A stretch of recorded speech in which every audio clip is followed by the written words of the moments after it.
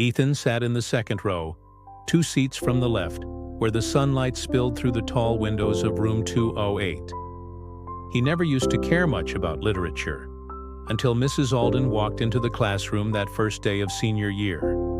She wasn't just beautiful, she was magnetic. Long auburn hair, soft eyes that sparkled behind subtle glasses, and a voice like a poem read in the rain. But what captivated Ethan most wasn't her looks. It was the way she spoke about stories. She made words feel alive, like they mattered. She was married. Everyone knew. A thin gold band never left her finger, and she occasionally mentioned her husband, a traveling architect, in passing.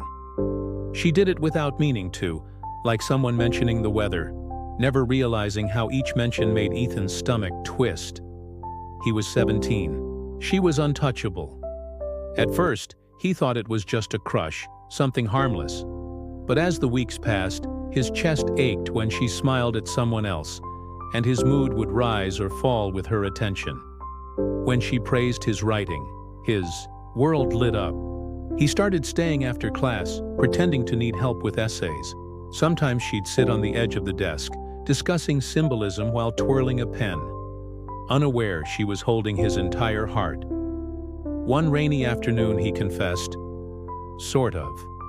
"I don't know," he said, staring at the floor.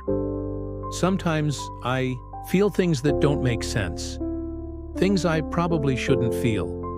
Mrs. Alden looked at him for a long moment, her expression unreadable. Then she said quietly, "The heart doesn't always listen to the rules, but that doesn't mean we don't have to." She stood and walked to the window, hands clasped. "You're going to feel a lot of things in life, Ethan. Big, real, overwhelming things. And part of growing up is learning what to do with them. How to respect the difference between feeling and acting."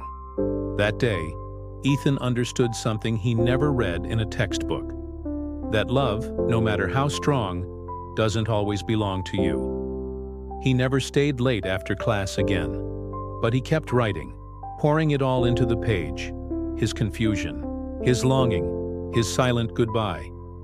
And somehow he knew that was what she had hoped for all along.